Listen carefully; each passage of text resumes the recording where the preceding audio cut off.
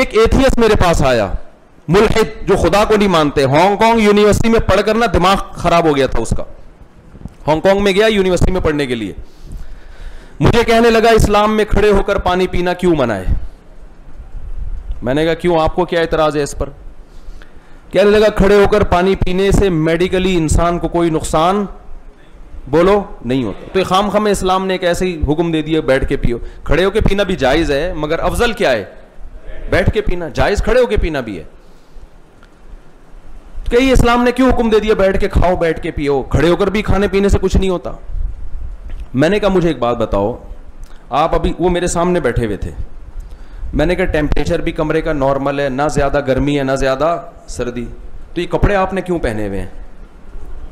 Medical science کیا کہتی ہے, اگر کپڑے پہنے بغیر بیٹھو تو کیا نقصان ہوگا آپ کو؟ ہے بھائی, کوئی نقصان ہوگا؟ تبھی تو گورے پہنتے ہی نہیں ہے, کہہ رہے ہیں اس میں بھی وہی بغیر اس کے بھی وہی, کیا ہے اس میں کپڑوں پڑ کے تکلف کی کیا ضرورت ہے؟ جتنا مالدار ہوگا کپڑے اتنے مختصر ہوتے چلے جائیں گے.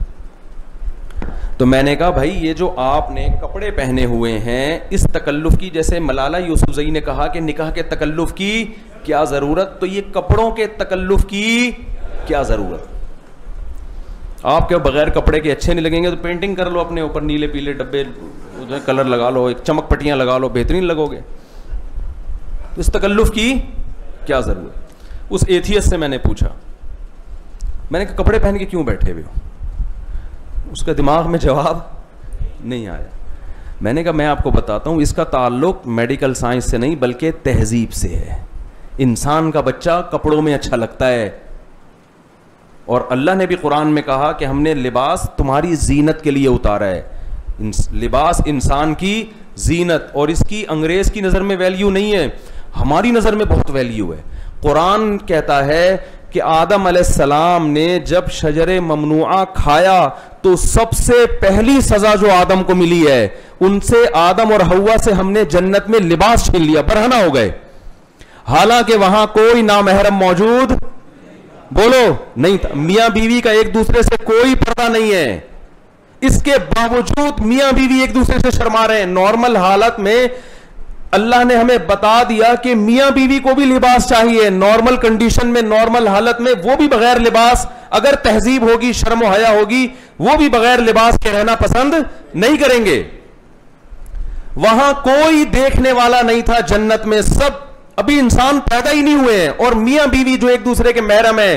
لیکن اللہ نے جب ان سے لباس چھینا, اتنی بڑی سزا. قرآن کہتا ہے وَطَفِقَا يَخْصِفَانِ عَلَيْهِمَا مِنْ وَرَقِ الْجَنَّةِ وَعَصَىٰ آدَمُ رَبَّهُ فَغَوَىٰ. آدم نے رب کی نافرمانی کی, اتنی بڑی سزا ملی ہے کہ لباس چھین لیا, اور جنت کے پتوں سے ایک دم اپنے آپ کو چھپانے لگے, درختوں کے پتے اپنے اوپر ڈالنے لگے, ہم اپنے آپ کو چھپائیں. اس سے پتا چلتا ہے کہ گناہ کی سب سے پہلی سزا کیا ملتی ہے, کہ جو آدم علیہ السلام کو غلطی کی سب سے پہلی سزا کیا ملی, لباس چھینا گیا. اس عمل میں اللہ نے لباس کی ویلیو بتائی ہے کہ انسان اور جانور میں سب سے بڑا فرق کس چیز کا ہے, لباس کا. جانور بے لباس گھومتا ہے, انسان بے لباس نہیں ہو سکتا. تو تمیز نام کا چیپٹر کہیں پڑھا آپ نے؟ تمیز تو سمجھتے ہیں نا, پشتو میں تمیز کو کیا بولتے ہیں؟ تمیز ہی بولتے ہیں. چلو یہ اچھی بات ہے, یہ چیز سب میں مشترک ہے الحمدللہ.